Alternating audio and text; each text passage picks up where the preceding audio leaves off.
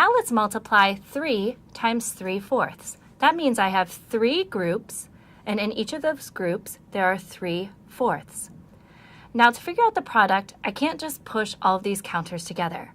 I'm going to keep my denominator the same. Here the denominator with each of these fractions is 4.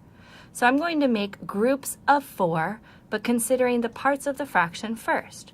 So let's see, here's a group of 4, here's another group of 4, and in our third group of 4, we have 1 out of the 4 pieces. So 3 times 3/4 is 1, 2, and 1/4. So 2 and 1/4.